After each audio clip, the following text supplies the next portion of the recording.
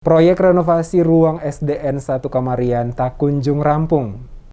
Sekolah Dasar Negeri 1 Kamarian adalah salah satu dari 14 unit sekolah yang masuk dalam proyek paket rehabilitasi dan renovasi sarana dan prasarana sekolah di Kabupaten Seram bagian Barat yang hingga saat ini terbengkalai karena belum juga dirampungkan oleh pihak kontraktor. Ros Putirulan saat ditemui tim DMS Media Group di ruang kerjanya mengatakan terdapat 6 ruangan kelas yang direnovasi di Sekolah SD Negeri 1 Kamarian dan sesuai informasi yang diterima Desember 2021, semuanya telah rampung. Namun hingga April 2022, belum juga diselesaikan. Selaku kepala sekolah, dirinya telah beberapa kali menghadap Kepala Dinas Pendidikan setempat guna melaporkan permasalahan ini, namun tidak pernah ketemu. Saat ini guna memastikan siswa mendapatkan pembelajaran, maka pihaknya menampung siswa ke sejumlah ruang lainnya yang masih kosong dan bisa dipergunakan sehingga tidak mengganggu rutinitas belajar para siswa. Pihak sekolah berharap kontraktor bisa menyelesaikan pembangunan gedung agar siswa bisa belajar dengan nyaman di kelas. Karena sejak dilakukan renovasi, puluhan siswa harus belajar dalam kondisi darurat,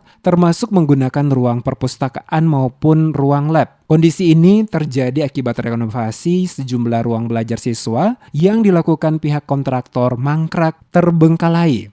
Beta bilang Bapak usahakan supaya selesai cepat kegiatan pembelajaran anak-anak ini setengah mati karena 6 ruangan ini tidak difungsikan.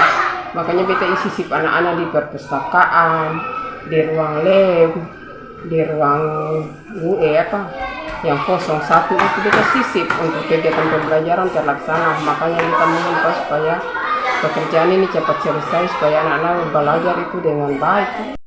Pada kesempatan yang sama, Yan Sahetapi, salah satu orang tua siswa menyesalkan lambatnya pihak kontraktor dalam menyelesaikan renovasi gedung sekolah yang berdampak pada proses belajar anak-anak mereka di sekolah karena harus berdesakan dalam satu ruangan belajar. Sebagai orang tua kita kesal, sementara pemerintah tidak perhatikan ini, kita punya anak-anak punya ruang belajar. Jadi Bapak dong, kami harapan orang tua supaya Bapak dong ke depan ini Bapak lanjutkan pekerjaan ini secepat supaya murid mau belajar dengan segala baik. Kalau tidak, kami harus tekan bagaimanapun Bapak dong harus berupaya sampai ini proyek dia jalan secepat mungkin.